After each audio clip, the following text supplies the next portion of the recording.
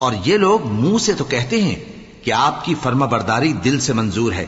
مگر جب تمہارے پاس سے چلے جاتے ہیں تو ان میں سے بعض لوگ رات کو تمہاری باتوں کے خلاف مشورے کرتے ہیں، اور جو مشورے یہ کرتے ہیں اللہ ان کو لکھ لیتا ہے۔ سو ان کا کچھ خیال نہ کرو اور اللہ پر بھروسہ رکھو، اور اللہ ہی کافی کارساز ہے۔ بھلا یہ قرآن میں غور کیوں نہیں کرتے؟ اگر یہ اللہ کے سوا کسی اور کا کلام ہوتا تو اس میں وہ بہت سا اختلاف پاتے، اور جب ان کے پاس امن یا خوف کی کوئی خبر پہنچتی ہے تو اسے مشہور کر دیتی ہیں، حالانکہ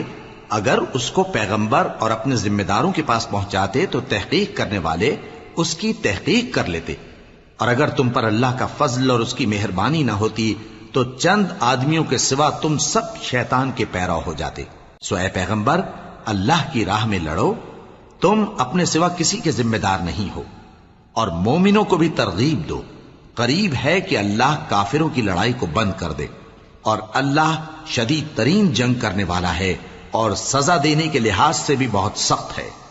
جو شخص نیک بات کی سفارش کرے تو اس کو اس کے ثواب میں سے حصہ ملے گا، اور جو بری بات کی سفارش کرے اس کو اس کے عذاب میں سے حصہ ملے گا، اور اللہ ہر چیز پر قدرت رکھتا ہے۔ اور جب تم کو کوئی دعا دے تو جواب میں تم اس سے بہتر کلمے سے اسے دعا دو یا انہی لفظوں سے دعا دو، بے شک اللہ ہر چیز کا حساب لینے والا ہے۔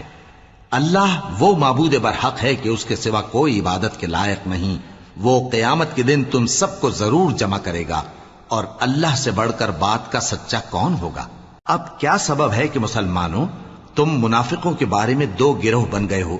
حالانکہ اللہ نے ان کو ان کے کرتوتوں کے سبب اوندھا کر دیا ہے؟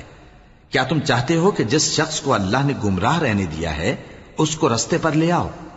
اور جس شخص کو اللہ گمراہ رہنے دے تم اس کے لیے کبھی بھی رستہ نہیں پاؤ گے؟